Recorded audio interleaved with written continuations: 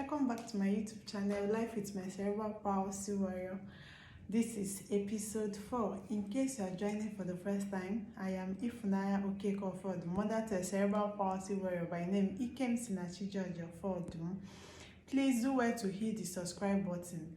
Thank you as you do so.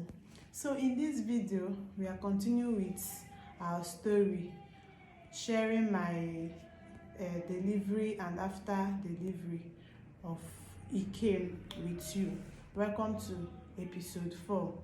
So on that Sunday, after my husband and I with my mom went to the hospital to see the baby, so the hospital management said I was not going back again, that the breast milk I was expressing was no longer enough for IKEM because he has graduated from taking from tube syringes, now taking with cup and spoon, and they've increased how many meals that he was taking then. So, and being that I was at home, I was stressed, the emotional trauma and all that, I was not relaxed, so I wasn't lactating well. So they said I had to be at the hospital so that I'll just be resting and sleeping. And now that IKEM is back, that I will be more relaxed so that I'll be able to start lactating well. So that was very happy news for me. I was very happy to stay back, even though I didn't prepare, I didn't have any clothes. I was like, what do I need clothes for? I just told my mom the necessary things to get from my wardrobe, and they will send it across to me that I'm fine. I'll just be at the hospital and be expressing breast milk for my baby. So my friend Chineche, all thanks to her, her house was close by, so my food was well taken care of. In the morning, she will bring pap for me or tea, anything I want. They will just bring the food for me. I was just eating and sleeping while I was expressing breast milk for the baby, even though I wasn't even lactating very well because I was not happy. My emotional, I was just stressed, even with my physiotherapy, but at that time it was healing. I was the one, I was doing sit baths myself. No one was doing anything for me. The pain was reducing to a bearable extent. So I stayed at the hospital from that Sunday, Monday, so that's the next week again, second week. We've been at the hospital now, the second week. So I stayed at the hospital that second week till on Wednesday, I guess, yeah. They now said I should try to breastfeed him direct to see whether his sucking reflex was back, whether he has started sucking. So initially when I gave him, he didn't suck. I was sad. So the nurses said no, that I should continue doing that until he comes around. So every time I go to feed him, I'll first of all try to initiate breastfeeding directly before I now start with the syringe, feeding him with the syringe. So on Thursday, he now latched well and grabbed the nipple. Immediately he grabbed the nipple, needed to see the way I screamed. Hey, oh God, to you'll be like, I'm like, is it not what people that give birth to they say every day? It's just normal. But to me, it was not normal. No. I just screamed.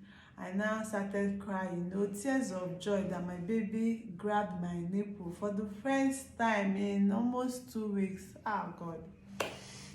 I was not happy. He now removed his mouth. He didn't continue again. I was like, at least we are making progress. That Thursday evening, I tried again. He grabbed, he sucked a little and removed. So that was how I continued doing it. That Thursday, Friday, now started sucking well.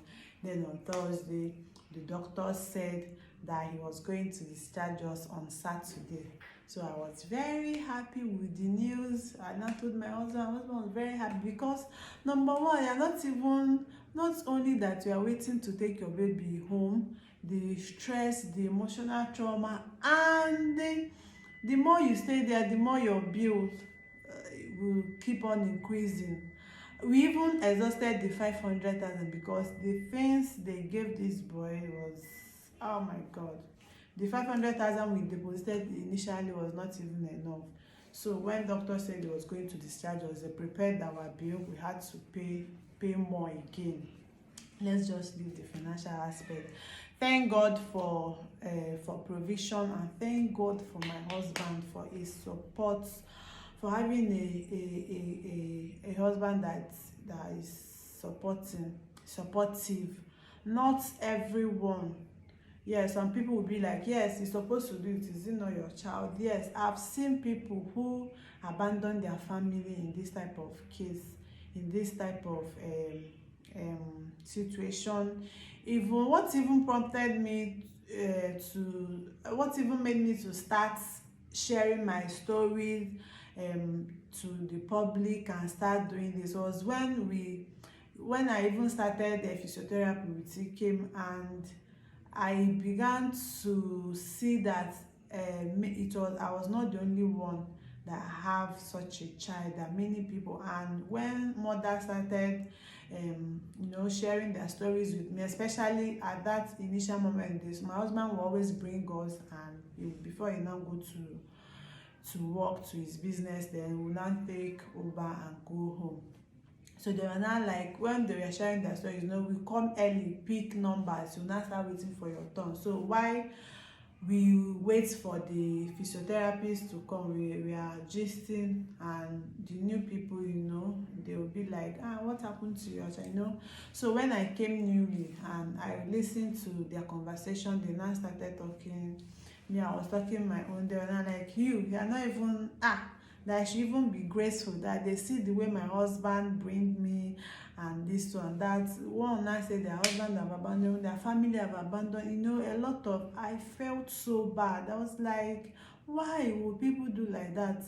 It's not their fault, for crying out loud, that they have such children. It's not the mother's fault. Why would a husband abandon your family? And I noticed that so many men do that. So when I call my husband Dimanum, I call him Dimanum for so many reasons. Dimanum is Igbo.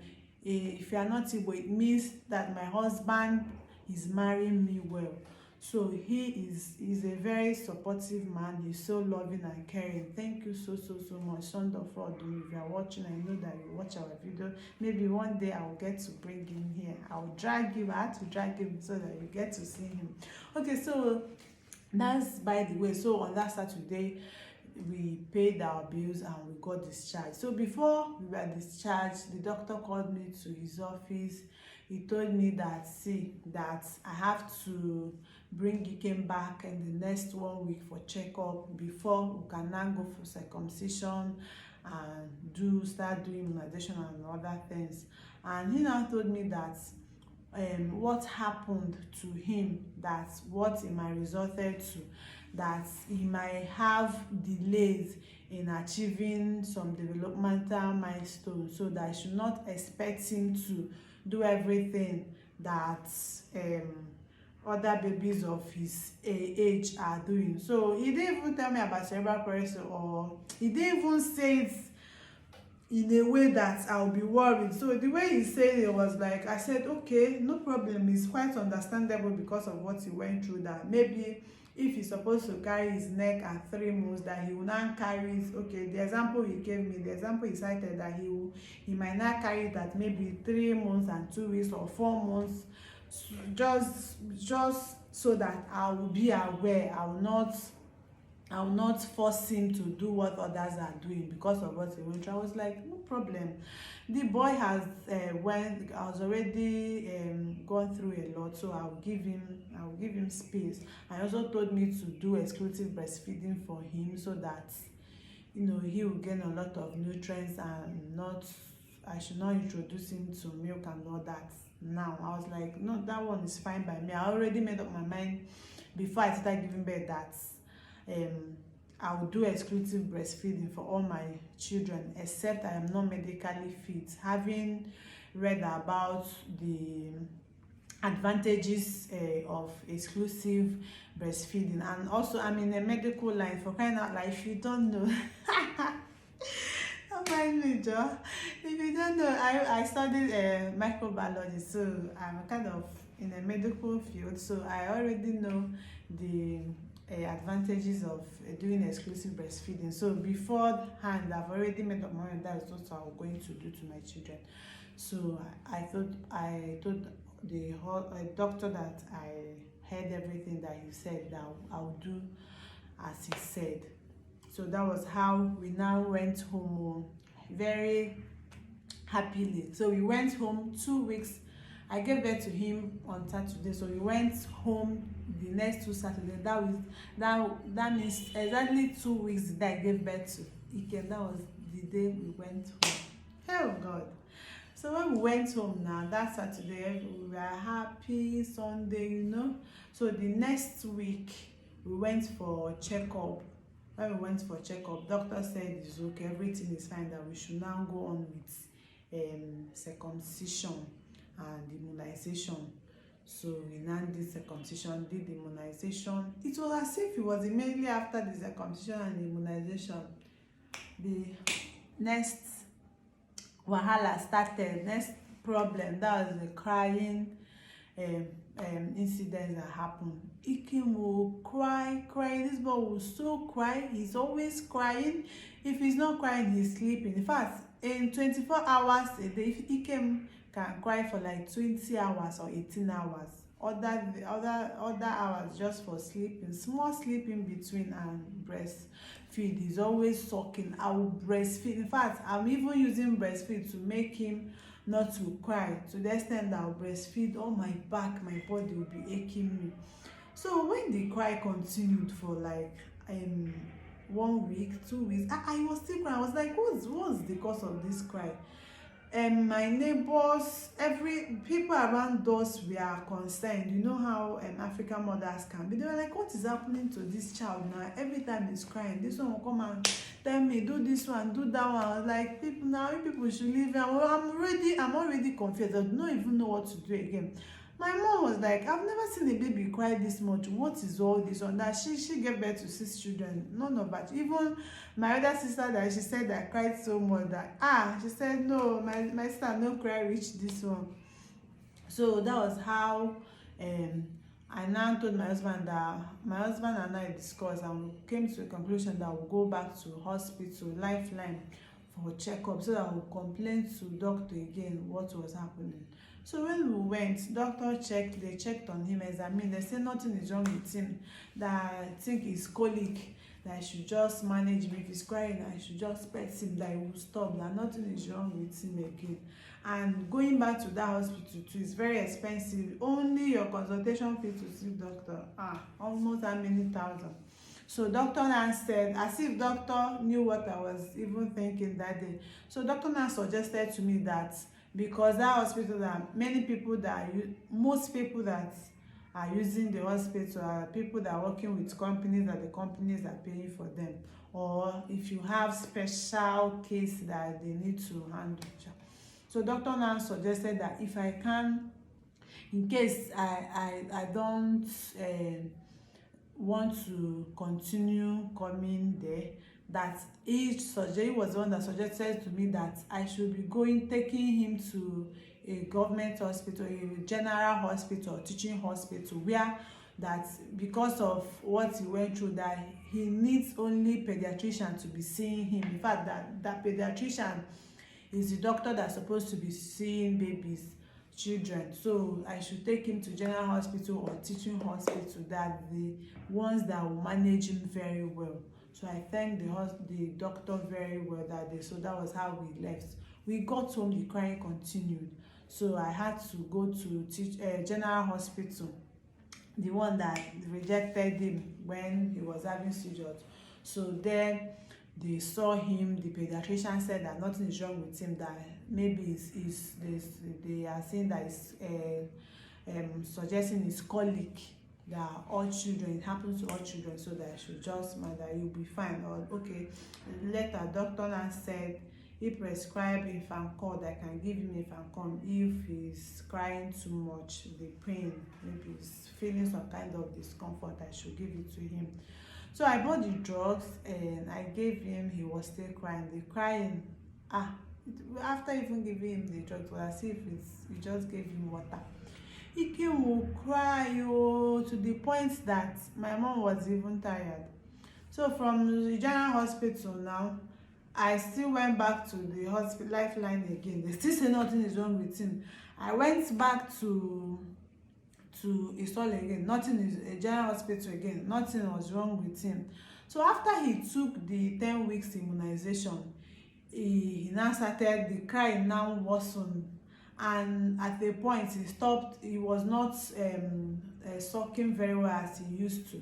So I now told my husband I'm going to the hospital, that they told us that anything that will make baby, that's making a baby not to suck very well, that you should report to the hospital immediately. Me, I don't even take chances with that anything. In the next minute you see me at the hospital. So when we got to the hospital, they said that after conducting some tests on him, they said his blood level is low, that he needed to be transfused.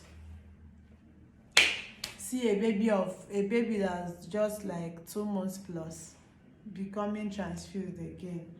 So they were like, maybe all the antibiotics, all the drugs that they packed in his system while he was sick, that the blood, this one, that one. So that was how they admitted us. I cried that I was like, another admission again. This is how I'm going to continue. So they had to, and Jetros General Hospital, they will admit you, no bed space for you to lie down. My legs were swollen, mosquito will finish you. So they admitted us, they transfused him. Before they transfused, that day they admitted us, even gave us, said they gave us list that were admitting us in the morning.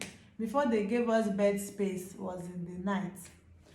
They kept on looking for vein. They did not see any vein. The doctor, they shaved him. They shaved him, or they did not. After shaving off his hair again for the second time. Now remember, the first shaving of the hair was at Lifeline. Now this one, the General Hospital. After the doctor even shaved off his hair, they did not find vein. So they now said that there's no need keeping us here. They did not find any vein where they will transfuse or give him any injection. So they will refer us to LASU, that's Lagos State Teaching Hospital.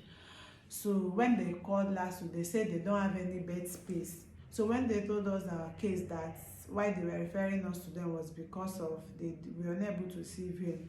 So they now suggested that they bring him, so that they will do search for the vein. IKEM now became a specimen. This doctor will come, put needle, they will not see. And the way they even, some doctors, they don't even have human sympathy for a baby. They will not even check. Some of them will check, they'll use their spirits and check methylated spirit. When they do not see vein, they will not put needle. But some very, very wicked set of people, they will not even check for vein. They will put needle. It's when they put needle, they will tell you they did not see vein, they will remove again. I was just, the emotional trauma was too much. My baby was just crying. So around 12 a.m., that was when they took us with the ambulance to LASU that night.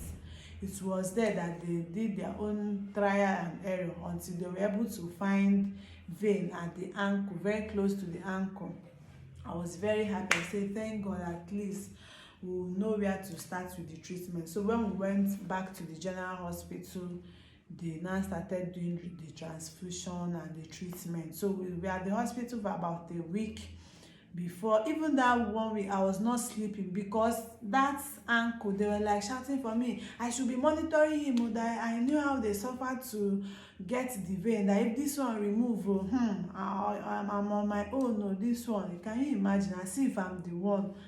So, and it came to that place that they found the vein was becoming painful for him. It's even at a point it was swollen. So I will not even sleep at night. I will just sit down on my chair. If he turns, I will just hold his legs. I wanted to show you all the pictures of because I kept everything. Just that I'm so sad now that I remembered it. My phones were stolen. just last week. I have all those pictures in my phone and I didn't recover them. I don't know. Okay, so back to what I was saying. When I was now holding the I was now the one watching the leg, so that the the catheter, what the where they put the cannula, so that it will not remove. Yes, cannula. So that was how we were managing it, until one doctor came one day and had pity on us and had to find another vein somewhere else. I think on the hand. I was very happy and relieved. So after we got discharged from the hospital, we went home. When we went home, it was as if everything, the problem was solved. In no distant time, just like few days later, the crying episode continued again. My dear, oh, that was how I now took him. I now made the inquiry, because when I was at the hospital, I got to know about Federal Neuropsychiatric Hospital at Oshodi. Hey God, which hospital have I not been in this Lagos because of IKEM? So I now told my husband that day that the next day I'm going to take him to that hospital. Maybe that is the hospital that will help us and dictate why he was crying now, because the crying was becoming unbearable. I could not even do. In fact, it was very, very difficult for me to handle. So I went to Oshodi, that the Federal Neuropsychiatric Hospital. So they handle neuro cases. That was why I went there. So when I got there, I bought the forms and everything. So when the doctor saw him, he came.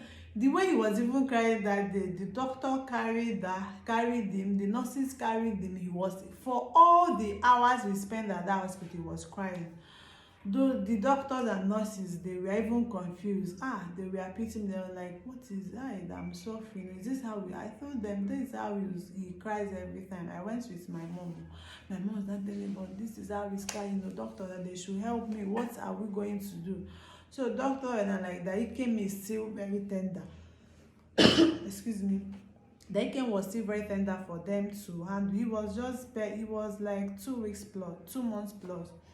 And they are going to refer us to Lagos, that's LUTH, Lagos University Teaching Hospital. They will refer us to LUTH, that he will see a pediatrician, neurologist, that is the doctor specialist that will handle him.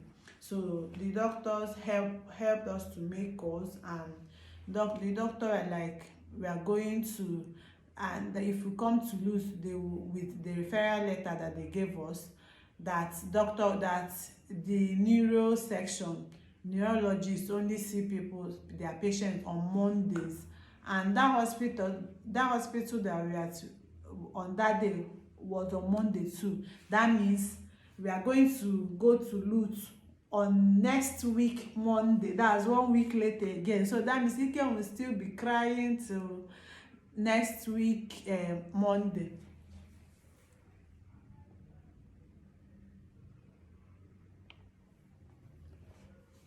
Ike was going to cry till next week Monday. So he now said that we'll go. I was now like, okay, no problem, let's go with the referral letter. And they were like, with the referral letter, after seeing them, that they will now give us appointments, which will be in the next 3 months. I was like, how can I stay in the next 3 months with this baby? I was like, Jesus, this cannot be happening. So when we went home that day, he was still crying. From that hospital that day, I still carried him again at night and went back to general hospital. So it was at the general hospital I told them, see the child people just discharged her, that he's still crying, which was one of the complaints I came with. They were now like, doctor, like, he did not know what else to do. Okay, he now gave us a form that we should go to Medicure at Oshodi again, that we should do scan, EEG scan, so that they will find out if something is wrong with the brain. That is why he's crying. So that day again, though, I entered Dubai again because I was always going to Dubai. When I was going around this second time, my mommy did not go with me. I told her to stay. She has already stressed herself for her age. She was already tired. So when we came, that same day that we came back from Oshodi Federal Neuropsychiatric Hospital was the same day I went back to Isole again. From his general hospital again, I went to Mikio where we do the EEG scan. So the people that do the EEG scan, they said I came late that day. That EEG scan is next tomorrow, will be on Wednesday. They now told me the amount to pay. So when I got home with the Lagos traffic, where I got home very late that day. Hey, if you see me that day, you fat. When I got home, I was not like, how can I stay? So he will cry for the next 2 days to do the EEG scan. I will go back to general hospital that they will now tell me they don't know what is happening again. Or he will now cry till Monday again when I go to Lutz. They will now give me appointment next 3 months. Which option will I now take? I was already, as it is at then, I was already tired. Even when I was going back to general hospital that day, as he was crying, everybody was just turning. I just put him on my back, or just back him. I didn't even enter out again because me, with traffic, they'll be wasting my time. I even entered back. As I was going on the road, I will not lie you, the way he was crying, the boy was in pain. He was suffering. It was obvious that something was disturbing him, but nobody would be able to say that this is the exact thing that was happening to him. I even prayed to God as I was going on my way to the hospital that I say, God, if it is like this, please take his life. I can bear it than him to being alive. I'm seeing him in pain and suffering like this. So that was how I now went. After I came back that day, after we made calls, we now decided that we are going back home, that we are going to East, we are going to Anambra State, so that we will go to Nnewi Teaching Hospital, because when we made calls, we find out that that place will be more accessible. It will be easier for us to see neurologists than in Lutz, because protocols in Lutz is too much and people are plenty. So that was how we made calls and we packed our bags. That was how we saw ourselves. We now traveled. We now made all the necessary arrangements that we are going to travel down to East the next day. So find out in our next episode, which will be episode 5, what happened as we continue our journey now in the East. Now just be counting it. We have moved from how many hospitals? The hospital where I gave birth to him, to Lifeline Hospital, to General Hospital, Solo General Hospital, to Federal Neuropsychiatric Hospital, Oshodi. 4 hospitals under 2 months. Now join us in my next episode as we head back home to Nnewi Teaching Hospital. See you in my next episode. Thank you all for joining. Don't forget to subscribe if you are just joining us for the first time. Thank you.